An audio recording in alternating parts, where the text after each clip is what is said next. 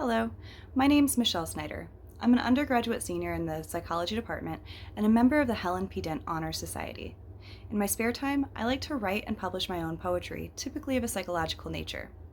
Today, I've compiled 3 of my poems illustrating the connection between childhood trauma and PTSD, how one grows through childhood trauma to develop CPTSD as an adult.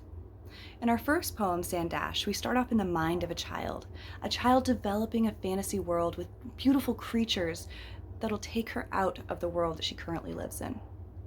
In the second poem, Priorities, we start to understand that world that the child really does live in. We start to hear the conversations around her and the mindset that she's growing into. And in our third poem, CPTSD is to me, we start to understand what PTSD is, how it actually affects the entire body and brain, and what it can look like when a person is behaving in that nature.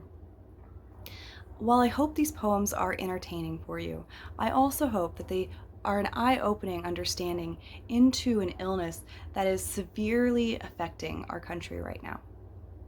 Thank you for your time. I hope this is enjoyable, and have a great night. In the mountains and valleys there was a sweet lass, daring and brave, some called her Sandash. The girl strode the kingdom from the tips to the crevice, searching for love and finding her heavens.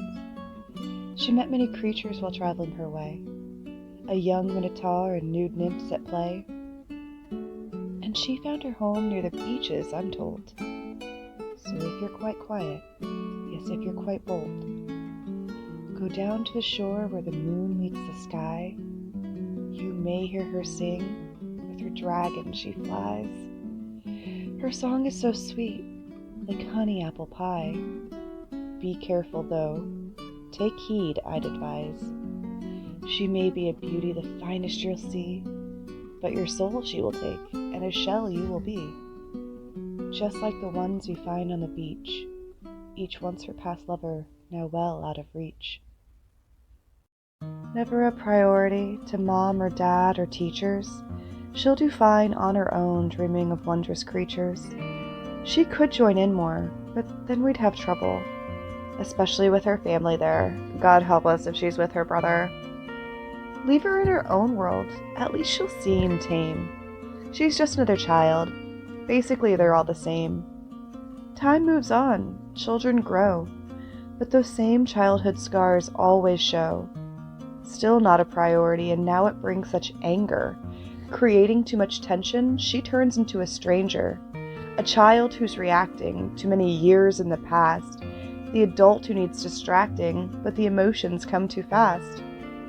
Never a priority, not even to herself. Allowing those to put her second, ignoring her own mental health. This is how a child grows when taught they don't come first. They yearn and dream of a home, a dry, insatiable thirst.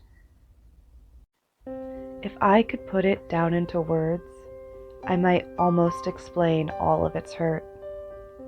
How it displays in so many ways, like memories which continue for days, or how one feels the feeling of doom, sitting all alone in their room.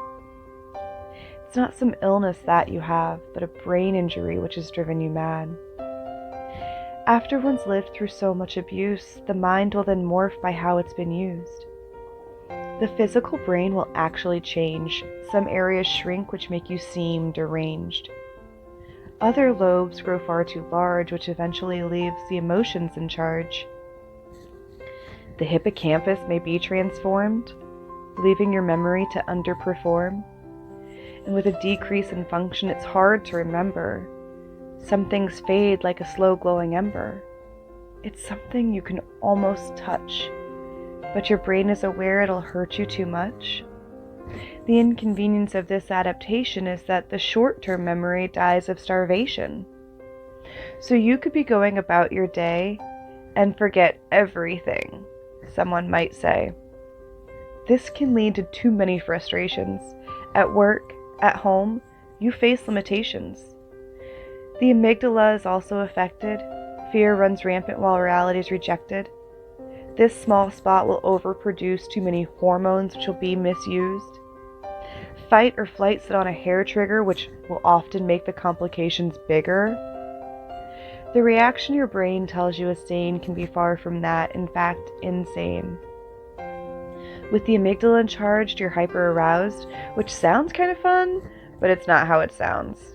You don't feel sexy or want to be touched. It's more like everything affects you too much. The prefrontal cortex is next to go wrong. It regulates the amygdala, which should keep you from harm. See, the fear you feel is to keep you safe, but it doesn't quite work feeling fear every place. It too controls one's will to exist, so depression and anxiety are hard to resist. A brain injury will cause the afflictions.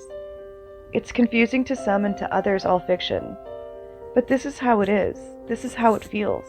To live with a brain injury so difficult to heal, to try to describe what you just can't see, and to put into words all this pain underneath.